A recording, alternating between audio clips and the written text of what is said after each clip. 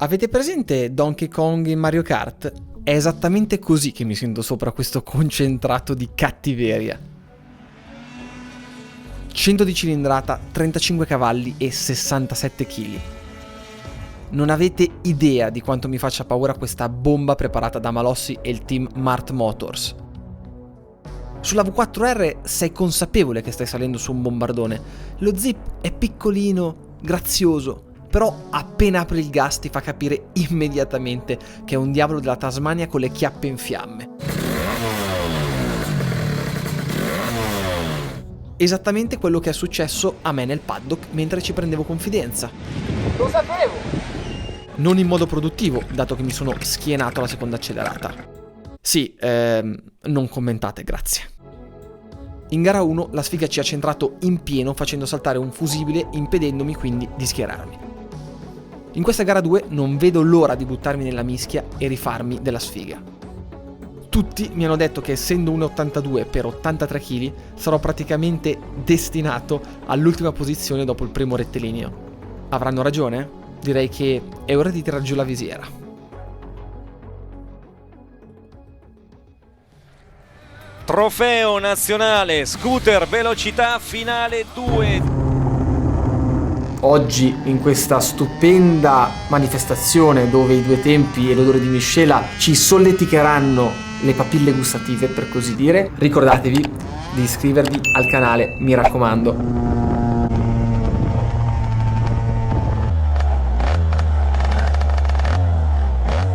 Bene, li vedo un po' troppo arrabbiati i ragazzi qui di fianco a me, però tutto sotto controllo. Adesso l'importante è riuscire a partire bene. Ce la farò, dato che questa volta non avrò neanche la frizione.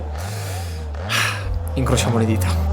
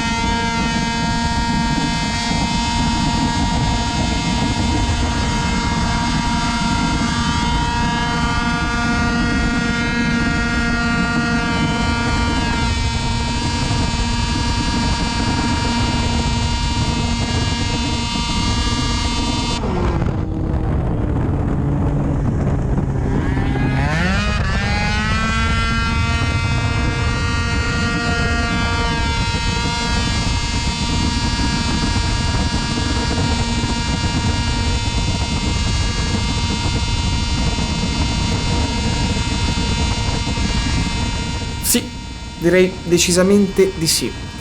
Do un pelo troppa scia, però ragazzi vi giuro sto il più chiuso possibile, ma mi sverniciano.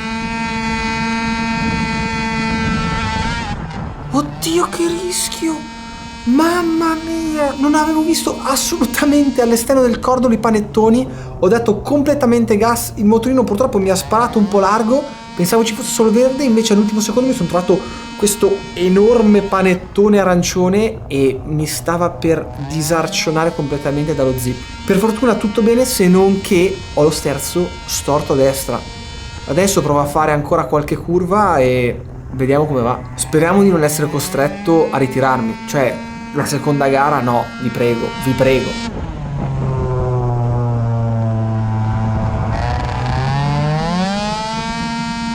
Tanto Sciacca sembra fare gara a sé.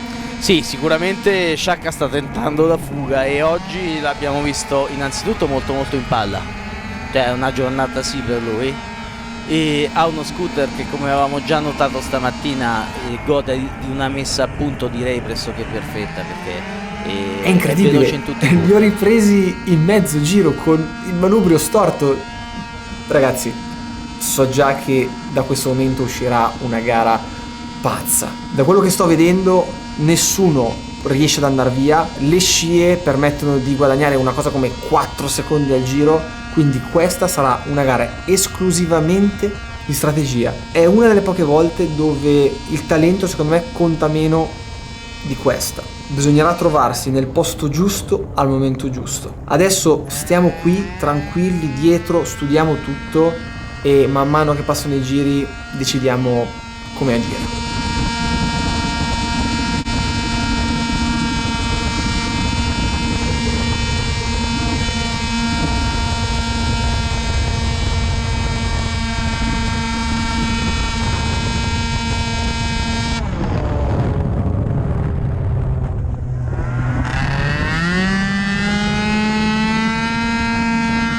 Ok, allora a sinistra un minimo muove, dato che è storto verso destra, e invece a destra gira da paura.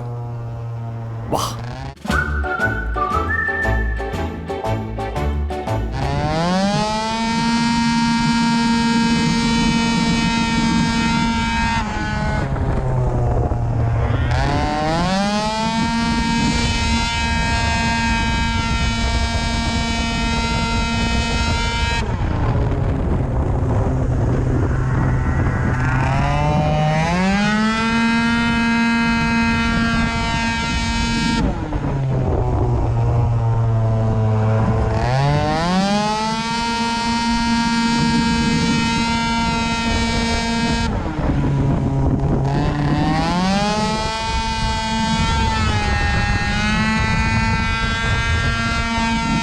Tanto Sciacca ancora, vediamo se aumenterà il distacco sugli inseguitori.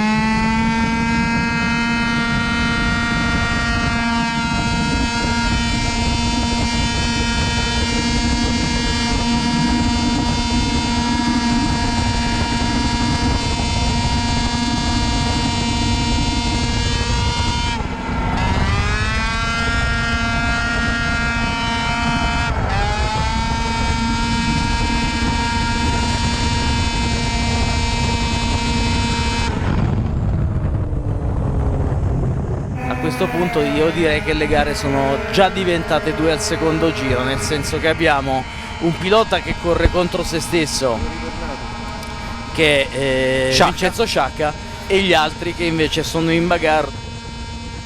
No, direi che proprio i rettilini non sono miei amici. In ogni caso adesso è ora di agire, è ora di provare a stare un attimino davanti e studiare i miei avversari un attimino meglio, soprattutto i loro punti di forza e i loro punti di debolezza, per poi capire all'ultimo giro come agire. Adesso alla sorrate cercherò lo staccatone e successivamente proverò ad alzare un pochino il ritmo.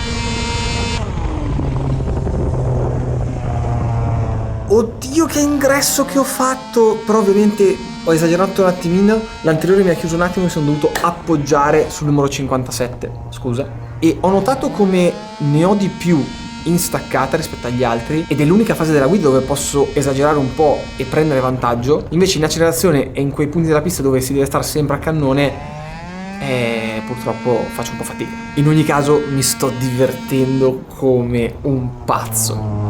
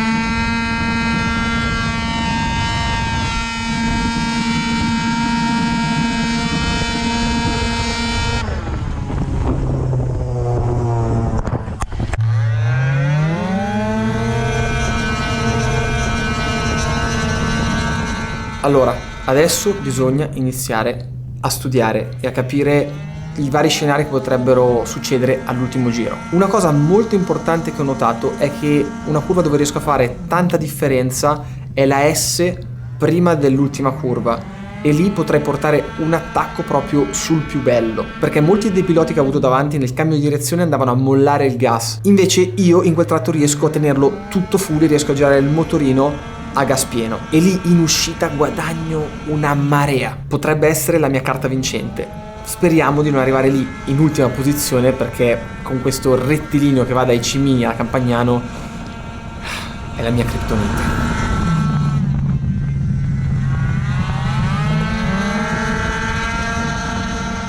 Ci siamo, ultimo giro, adesso è ora di provare a stare sempre il più possibile avanti. Non ho mai corso nella Moto 3, quindi spero che questa strategia sia quella corretta. Insomma, ho un po' imparato anch'io guardando le gare dei ragazzi della Moto 3, dove i più forti se ne stavano sempre belli calmi lì dietro e nel momento giusto, soprattutto negli ultimi giri, si buttavano lì davanti e cercavano di starci fino all'ultima curva. Questo è il mio piano mentale, vediamo se riusciamo a metterlo in pratica.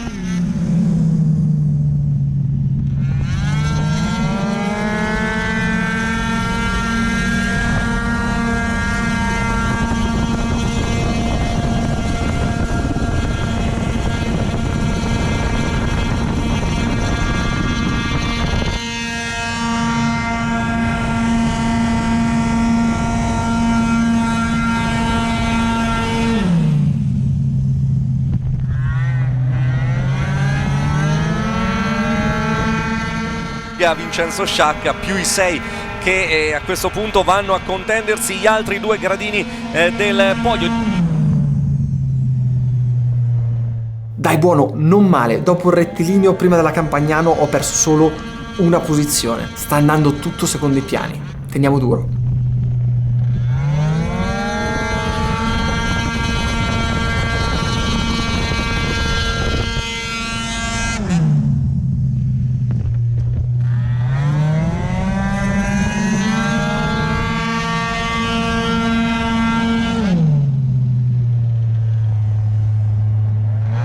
Tornantino perfetto, seconda posizione del gruppo, adesso ultima S, full gas, Roma, si incrociano le dita e photo finish.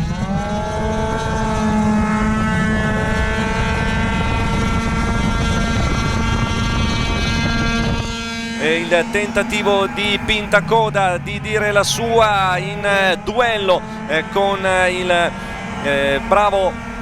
bravo Nico Morelli. Adesso la vittoria addirittura senza mani sul manubrio per ha mollato anche il gas. Vediamo il secondo chi è. Si tratta di Luca Salvadori. Mamma mia, che gara, che gara! Ragazzi, col manubrio storto, botte contro botte, sportellate, scie, mi sono troppo divertito. Ammetto che essere lì in mezzo per tutta la gara un po' si fa fatica e certe volte si rischia veramente tanto, però che gusto, tutti lì insieme a battagliare. Non mi divertivo così da veramente tanto tempo. E soprattutto quando ti studi durante la gara, mentre sei al limite, tutta una strategia che poi si rivela vincente, la goduria è doppia. Grazie mille a Mart Motors e a Malossi per questa stupenda esperienza, per il motorino incredibile, perché man mano durante il weekend è andato sempre meglio. Facevo una fatica pazzesca a stare insieme agli altri nelle libere e via così,